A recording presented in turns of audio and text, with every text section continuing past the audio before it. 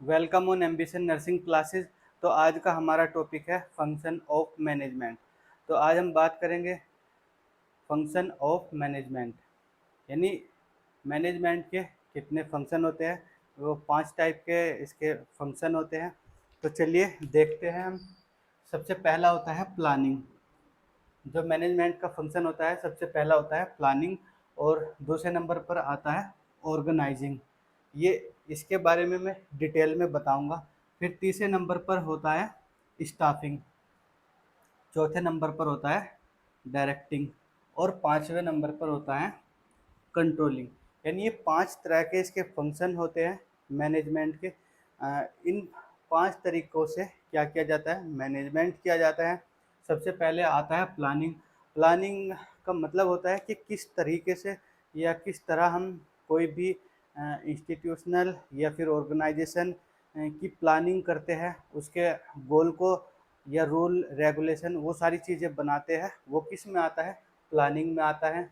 फिर आता है ऑर्गेनाइजिंग। ऑर्गेनाइजिंग का मतलब होता है कि जितने भी मतलब मटेरियल्स होते हैं, रिसोर्सेज होते हैं, उनका अच्छे से ऑर्गेनाइज करना, कि ताकि किसी चीज़ की ज़रूरत ना पड़े। कि भाई कोई भी जैसे एग्ज़ाम्पल के तौर पर आप हॉस्पिटल में कोई नर्स काम कर रही है, तो अगर वो अच्छे से ऑर्गेनाइज करेगी चीज़ों को, जैसे पेशेंट के इंजेक्शन लगाना है तो क्या होगा, ऑर्गेनाइज कर लेगी पहले ही सारी चीज़ों को, कि ताकि उसे कोई भी इंजेक्शन लगाते वक्त कोई भी परेशानी ना हो। पता लगा अच्छे से ऑर्गेनाइज नहीं किया, वहाँ इंजेक्शन ही नहीं है तो कैसे लगाएंगे। तो इसी तरह हम क्या करते हैं, ऑर्गेनाइजिंग करते हैं सारी चीज़ों को। फिर क्या करते हैं, हम स्टाफिंग करते हैं। तीसरे नंबर पर आता है स्टाफिंग। स्टाफिंग का मतलब होता है, जैसे हॉस्पिटल है, हॉस्पिटल में वही लोग काम कर सकते हैं जो मेडिकल की नॉलेज रखते हैं, या फिर जो भी पेशेंट की या फिर किसी भी एक स्पेसिफिक मेडिकल के कोर्स की नॉलेज रखता है, उसी को हॉस्पिटल में रखा जाता है। तो ऐसे ही स्टाफ को हम, या फिर जो भी हॉस्पिटल है वो रखता है, तो उसे ही बोलते हैं हम स्टाफिंग। यानी जिन जिन बंदों की या नर्सेज की, हॉस्पिटल है तो नर्सेज की ज़रूरत पड़ेगी, हम उसी तरह के उसी क्वालिफिकेशन के बंदे उसमें क्या करेंगे, उन्हें जॉब देंगे, उसे ही हम बोलते हैं स्टाफिंग। फिर चौथे नंबर पर आता है डायरेक्टिंग, यानी डायरेक्शन देना। किसी भी इंस्टीट्यूशनल जो भी गोल होता है इंस्टीट्यूशनल का या फिर ऑर्गेनाइजेशन का, जो भी गोल होता है वो एक डायरेक्शन में, यानी डायरेक्शन में उसे डायरेक्शन दे करके गोल को अचीव करना। कि ऐसा नहीं कि कोई फालतू वर्क किया जाए। तो जो इंस्टीट्यूशनल का गोल है, सिर्फ उसी पर फोकस रखते हुए डायरेक्शन दी जाएगी और वो उस गोल को अचीव किया जाएगा। एक होता है कंट्रोलिंग। कंट्रोलिंग में क्या होता है, जैसे कोई भी हॉस्पिटल या फिर ऑर्गेनाइजेशन कोई वर्क कर रहा है, या किसी गोल को अचीव करने के लिए कोई भी वर्क कर रहा है, तो उसे कंट्रोल में मैनर में उसे रखा जाए, ताकि कोई भी, जैसे ग्रुप बना दिए जाते हैं, कंट्रोल करने के लिए ग्रुप बना दिए जाते हैं कि भाई तुझे ये काम करना है, और इस ग्रुप को ये काम करना है, इस ग्रुप को ये काम करना है। तो इसी तरह सभी ग्रुप को काम बांट दिया जाता है, जिससे क्या होता है, डुप्लीकेसी जो भी काम है, डुप्लीकेसी उसकी और रिपीटिंग से बचा जा सके। यानी कोई काम है वो डुप्लीकेट ना हो। डुप्लीकेट का मतलब कि किसी ग्रुप को किसी भी वार्ड में काम दिया जाता है कि भाई इनके जो भी है पेन किलर के इंजेक्शन लगने हैं। अब क्या करना है, वो इंजेक्शन लगा दिए, फिर क्या है, दूसरा ग्रुप वहाँ आया, उसने भी लगा दिया। तो इसी तरीके से उससे बचने के लिए क्या करते हैं, कंट्रोलिंग करते हैं। तो इसी तरह इसमें कंट्रोल की जाती है चीज़ों को। अब हम शुरू से इसमें क्या करेंगे, एक एक करके इस पढ़ेंगे। जैसे प्लानिंग, ऑर्गेनाइजिंग, स्टाफिंग, फिर क्या आता है डायरेक्टिंग, और पांचवा क्या है, कंट्रोलिंग। ये सारे हम एक एक करके पढ़ेंगे। तो सबसे पहले हम प्लानिंग के बारे में जानते हैं। तो deciding the goal and activity, यानी प्लानिंग में क्या किया जाता है, गोल और एक्टिविटी को डिसाइड किया जाता है। कोई भी इंस्टीट्यूशन है या ऑर्गेनाइजेशन है या ग्रुप है, कोई भी है, जैसे हॉस्पिटल ही है, वो उसका एक स्पेसिफिक गोल होगा और क्या होगा, उसके प्रति एक्टिविटी की जाएगी। ये दोनों चीज़ें डिसाइड की जाएगी कि भाई जैसे किसी हॉस्पिटल है, उसका एम या गोल क्या है कि मतलब पेशेंट को एक अच्छी केयर दे करके उसे ठीक किया जाए, ये उसका एम होगा और मैक्सिमम बेनिफिट लिया जाए। तो डिसाइड किया जाएगा इसमें कि किस तरह से एक्टिविटी में आ जाएगा कि किस तरह से केयर देनी है, किस तरह से उसे केयर को प्रोवाइड करवाना है ताकि वो किसी भी पेशेंट को बेनिफिट या वो रिलैक्स मिल सके या ठीक हो सके। फिर ये था deciding the goal and activity, activity को और गोल को डिसाइड करना किसी भी फर्म या फिर कोई भी हॉस्पिटल या ऑर्गेनाइजेशन। फिर सेकंड पॉइंट है इसमें start and end of work, यानी प्लानिंग में क्या होता है, स्टार्ट होता है यानी शुरू से क्या किया जाता है, जिस तरह से जैसे कोई हॉस्पिटल का निर्माण करना है तो उसमें शुरुआत कहाँ से करनी है और एंड ख़त्म कहाँ तक करना है, वो सारी चीज़ें एक सीक्वेंस वाइज चलेगी। तो इसमें यही कहा गया है इस पॉइंट में कि start and end of work, यानी कहाँ से शुरू करना है काम को और कहाँ ख़त्म करना है। फिर इसमें आता है third point, where and how perform activity, where कहाँ, हाउ कैसे, परफॉर्म एक्टिविटी यानी कहाँ पर कैसे एक्टिविटी करनी है, कहाँ पर कैसे एक्टिविटी को हमें करना है, कौन सा काम हमें करना है किसी भी हॉस्पिटल में या फिर इंडस्ट्री में या फिर ऑर्गेनाइजेशन में कहीं पर भी।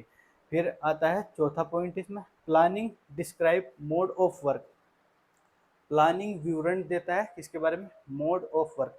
मोड का मतलब होता है प्रकार एक तरह से, यानी टाइप्स, काम करने के टाइप्स अलग अलग तरीके से या अलग अलग तरीके का काम किया जाता है। तो इसका मतलब ये है planning describe mode of work, planning जो है डिस्क्राइब करती है मोड ऑफ वर्क यानी काम करने के तरीके को और अलग अलग काम करने के लिए। तो ये इसका मतलब था। फिर आता है पांचवा point, where and how will it be done, where कहाँ और कैसे, कहाँ कैसे काम किया जाएगा, कहाँ किया जाएगा और कैसे किया जाएगा, और and who will do it यानी कौन उस काम को करेगा, कहाँ किया जाएगा, कैसे किया जाएगा और कौन उस काम को करेगा। वो सारी चीज़ें प्लानिंग में पहले से ही तय हैं। जैसे एग्जांपल के तौर पर मैं बताता हूँ कि किसी वार्ड में, कोई वार्ड है उसमें एक नर्स है, उसे बता दिया कि भाई ये नर्स है, ये नर्सों का ग्रुप है, इस वार्ड में ये काम करेगा, ठीक है। वेयर कहाँ, किसी भी स्पेसिफिक वार्ड में, जैसे कार्डियोलॉजी हो गया, नेफ्रोलॉजी हो गया, उसमें तो वेयर कहाँ, किसी भी डिपार्ट उसमें वार्ड में। Who will it be done यानी कौन करेगा उस काम को, स्पेसिफिक ग्रुप बना दिया किसी भी नर्सेज का, वो करेगी उसमें। हु विल डू इट यानी कैसे करेंगे, कैसे करेंगे उसे, जो भी प्रोसीजर है वो सारी चीज़ें फॉलो करेंगे, मतलब फॉलो करेंगे उसमें किसी भी प्रोसीजर को करने के लिए। और कौन करेगा, कोई भी स्पेसिफिक ग्रुप करेगा उसमें। तो ये इसका मतलब होता है। Planning need proper selection, planning planning वो प्लानिंग की नीड होती है प्रॉपर सिलेक्शन, प्रॉपर सिलेक्शन, गोल, रूल, रेगुलेशन। ये किसकी, जैसे प्लानिंग क्यों ज़रूरी है, क्यों, क्योंकि वो प्रॉपर सिलेक्शन हो सके उसमें, गोल को अचीव कर सके हम, रूल बना सके और रेगुलेशन, इसीलिए प्लानिंग की ज़रूरत होती है। इसमें कहा गया है कि क्यों ज़रूरी है प्लानिंग, क्योंकि हम प्रॉपर सिलेक्शन कर सकें, स्टाफिंग या कुछ भी जो भी हमें ज़रूरी चीज़ें चाहिए हम उसका प्रॉपर सिलेक्शन कर सकें, गोल को बना सके कि हमें क्या क्या लक्ष्य है हमारा, और रूल बना सके, रेगुलेशन बना सके, इसीलिए प्लानिंग की ज़रूरत पड़ती है। नेवर एंडिंग एक्टिविटी, ये कभी ना ख़त्म होने वाली एक्टिविटी होती है, ये चलती रहती है। अगर कोई हॉस्पिटल, यानी इसे ऐसे समझो कि अगर कोई हॉस्पिटल है वो बन के तैयार हो गया, अब अगर उसमें मतलब कोई भी उसका हॉस्पिटल का गोल है कि पेशेंट को ठीक करना है, तो वो सारी चीज़ें उसमें स्टाफ की ज़रूरत पड़ेगी, प्लानिंग की ज़रूरत पड़ेगी, मटेरियल की ज़रूरत पड़ेगी, वो सारी चीज़ें उसमें ज़रूरत पड़ेगी, लेकिन वो ये चीज़ें ख़त्म नहीं होगी। क्यों? अगर वो हॉस्पिटल ही ख़त्म हो जाता है तो ये एंड हो जाएगा, नहीं तो नेवर एंडिंग एक्टिविटी या नेवर एंडिंग प्रोसेस है प्लानिंग, ये निरंतर चलती रहेगी जब तक वो हॉस्पिटल रहेगा। फिर सेकंड नंबर पर आता है, ये था हमारा प्लानिंग। दूसरे नंबर पर आता है ऑर्गेनाइजिंग। ऑर्गेनाइजिंग क्या होता है? यानी मैंने बताया था अभी कि resources use to maximum level to attaining goal such as raw material, machinery and human resources. यानी इसमें इस पॉइंट में कहा गया है कि जो भी रिसोर्सेज है उनका मैक्सिमम लेवल तक या मैक्सिमम यूज करके हम क्या कर सकें, जो इंस्टीट्यूशनल गोल है या फिर ऑर्गेनाइजेशन गोल है या हॉस्पिटल गोल है उसे अचीव कर सकें। किन की मदद से?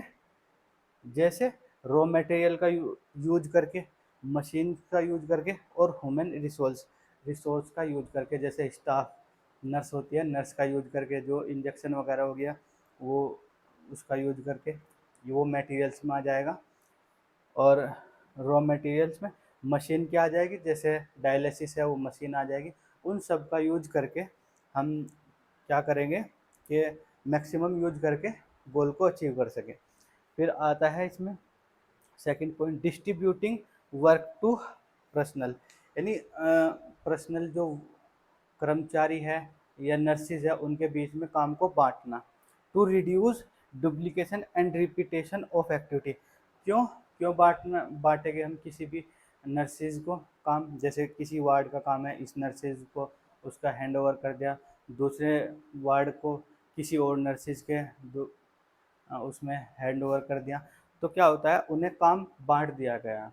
क्यों? क्योंकि डुप्लीकेसी ना हो सके, रिपीट ना हो सके काम, इसलिए जो वर्क होता है उसे डिस्ट्रीब्यूट किया जाता है। फिर थर्ड नंबर पर आता है staffing. Staffing selecting staff as per their skill and qualification. यानी स्टाफ को सेलेक्ट करना उसके स्किल के बेसिस पे, उसके क्वालिफिकेशन के बेसिस पे। फिर क्या? डिसाइडिंग करना। डिसाइड, जब स्टाफ को सेलेक्ट कर लिया है तो हम फिर उसकी सैलरी वगैरह डिसाइड करेंगे। सैलरी डिसाइड करेंगे, उसकी इंक्रीमेंट यानी कितना बढ़ाना है वेतन उसका, या सैलरी कितनी बढ़ानी है। पॉलिसी, रूल एंड रेगुलेशन, ये सारी चीज़ें हम डिसाइड करेंगे। तो फिर अगला पॉइंट आता है provide job. Provide job training for good work. यानी जो भी हमने स्टाफ को सेलेक्ट किया है उसे ट्रेनिंग देंगे ताकि वो अच्छे से काम कर सके और जो हॉस्पिटल है या कोई भी इंस्टीट्यूशन है उसका गोल को अचीव कर सके। हेड ऑफ डायरेक्टर, यानी किस तरह से स्टाफिंग की जाती है, किस तरह से एक दूसरे को चुना जाता है किसी भी हॉस्पिटल में या किसी भी इंडस्ट्री या फिर ऑर्गेनाइजेशन में। सबसे पहले जो होता है हेड ऑफ डायरेक्टर, किसे चुनता है? Chief of executive. Chief of executive किसे चुनता है? किसे सेलेक्ट करता है? मैनेजर को। मैनेजर किसे सेलेक्ट करता है? वर्कर को। तो ये एक प्रोसेस है जो मैंने मैनेज जो उसमें भी बताया, लेवल ऑफ मैनेजमेंट में। फिर चौथे नंबर पर आता है डायरेक्टिंग। किस तरीके से डायरेक्ट किया जाता है वर्क। ये इसमें पहला पॉइंट है हेल्प टू इम्प्लीमेंट वर्क। यानी ये हेल्प कर, डायरेक्शन जो है, डायरेक्टिंग जो है वो हेल्प करता है वर्क को करने में, वर्क काम को इम्प्लीमेंट यानी करवाने में हेल्प करता है। Involving members of organisation to work in excellent manner to achieve goal. यानी जितने भी इंस्टीट्यूशन या ऑर्गेनाइजेशन में मेंबर हैं वे क्या करेंगे? एक्सीलेंट मैनर में काम करेंगे ताकि जो ऑर्गेनाइजेशन का गोल है उसे अचीव कर सके। फिर होता है इसमें तीसरा point controlling, supervising, guiding and encouraging subordinates to achieve good of go. ये होता है goal, achieve goal of organisation. यानी कंट्रोल करेंगे, सुपरवाइज करेंगे यानी नज़र रखेंगे वर्करों पर, उन्हें गाइड करेंगे, उन्हें एनकरेज करेंगे ताकि ज़्यादा से ज़्यादा वर्क कर सकें। Subordinates to achieve good goal of organisation. यानी इन सब को क्या करें? गाइडेंस करेंगे और एनकरेज करेंगे सुपरवाइजिंग करेंगे जो भी वर्कर हैं, ताकि इंस्टीट्यूशनल गोल को अचीव कर सकें। फिर इसमें पांचवा पॉइंट आता है कंट्रोलिंग। पांचवा पॉइंट आता है controlling, correction in the performance in order to certain that institutional objective. इसका मतलब होता है कि जो भी परफॉर्मेंस में कमी आ रही है उसमें उसे सही करके, करेक्ट करके उसे क्या करना है, जो इंस्टीट्यूशनल का ऑब्जेक्टिव है उसे मतलब कोई, इसका मतलब होता है जैसे किसी कोई वर्कर है, वे अपनी जो परफॉर्मेंस है अच्छी करके इंस्टीट्यूशनल जो गोल होता है उसे प्राप्त कर सके, यही इसका मतलब होता है। उसमें जो भी कमी है, जैसे कोई वर्क अच्छे से काम नहीं करा, तो मतलब कोई वर्कर है जो अच्छे से काम नहीं कर पा रहा है, तो उसे गाइड करके उसे अच्छे से, यानी करेक्शन करके कि भाई ये काम ऐसे नहीं ऐसे करना है, इंजेक्शन ऐसे नहीं ऐसे लगाना है, तो उसे करके ताकि जो इंस्टीट्यूशनल का या ऑर्गेनाइजेशन का गोल है वो अचीव कर सकें। फिर इसमें सेकंड पॉइंट होता है evaluating real performance.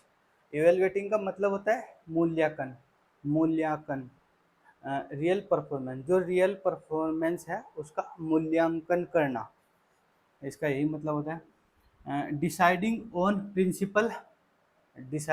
Principal and standard of work activity, यानी डिसाइड करना प्रिंसिपल को और स्टैंडर्ड ऑफ वर्क एक्टिविटी, यानी जो भी वर्क एक्टिविटी है उसे, उसके प्रिंसिपल को, उसके स्टैंडर्ड को डिसाइड करना। और इम्प्लीमेंट प्रॉपर करेक्ट एक्टिविटी, यानी जो करेक्शन हो गया है, जो भी एबनॉर्मलिटी आ रही थी, प्रॉब्लम आ रही थी, उसे करेक्ट कर ली, उसे इम्प्लीमेंट कर दिया। ये लास्ट का पॉइंट है, उसे इम्प्लीमेंट कर देना। ये किस में आता है, कंट्रोलिंग में आता है। तो ये था आज का हमारा टॉपिक, फंक्शन ऑफ मैनेजमेंट। उम्मीद करता हूँ आपको समझ में आ गया है। ये इसमें 5 पॉइंट होते हैं। कौन कौन से होते हैं? सबसे पहला प्लानिंग, दूसरे नंबर पर ऑर्गेनाइजिंग, स्टाफिंग, डायरेक्टिंग, कंट्रोलिंग। तो ये 5 पॉइंट होते हैं। उम्मीद करता हूँ ये आपको क्लियर हो गया होगा, समझ में आ गया होगा। एक बार मैं दोबारा से आपको रिपीट कर देता हूँ। प्लानिंग का मतलब है किसी भी काम को करने से पहले हम एक खाका तैयार कर लेते हैं और उसके बेसिस पर वो काम करते हैं, ताकि उसमें कोई भी हमें दिक्कत ना हो सके और अच्छे से गोल को अचीव किया जा सके। इसका प्लानिंग का यही मतलब होता है, वही पॉइंट इसमें लिखे हुए हैं। फिर इसमें आता है ऑर्गेनाइजिंग। ऑर्गेनाइजिंग में क्या होता है, सर जितने भी मटेरियल होते हैं, मशीन होती है या ह्यूमन रिसोर्स होते हैं, सभी को अच्छे से यूटिलाइज करके मैक्सिमम लेवल तक, ताकि जो हमें आउटपुट है वो कम एफर्ट्स में ज़्यादा आउटपुट मिल सके, उसे ही हम क्या बोलते हैं, ऑर्गेनाइजिंग बोलते हैं। स्टाफिंग का मतलब यही होता है कि जो भी उस इंस्टीट्यूशन के काम का बंदा है उसे रख लिया जाता है, बाकी को जो नहीं काम का बंदा नहीं है तो उसे उसे रिजेक्ट कर दिया जाता है। तो स्टाफिंग का मतलब यही होता है उन बंदों को सेलेक्ट करना जो नॉलेजेबल हो और क्वालिफिकेशन हो उनके पास। तो ये किस में आता है, स्टाफिंग में आता है। फिर होता है डायरेक्टिंग। डायरेक्टिंग का मतलब है कि डायरेक्शन देना, कि भाई कोई वर्कर है उन्हें अच्छे से गाइड करना, डायरेक्शन देना, ताकि वो प्रॉपर काम को कर सके और जो इंस्टीट्यूशनल गोल है या ऑर्गेनाइजेशन गोल है उसे अचीव कर सकें। फिर होता है कंट्रोलिंग। कंट्रोलिंग का मतलब होता है कि जो भी चीज़ें गलत हो रही है या प्रॉब्लम आ रही है उन्हें करेक्ट करके, यानी सही करके उन्हें फिर से इम्प्लीमेंट कर देना है, यही इनका मतलब होता है। ये फंक्शन ऑफ मैनेजमेंट है। ये उम्मीद करता हूँ आपको समझ में आ गया होगा, और अगर ये समझ में आया है तो please like share and subscribe. Thank you.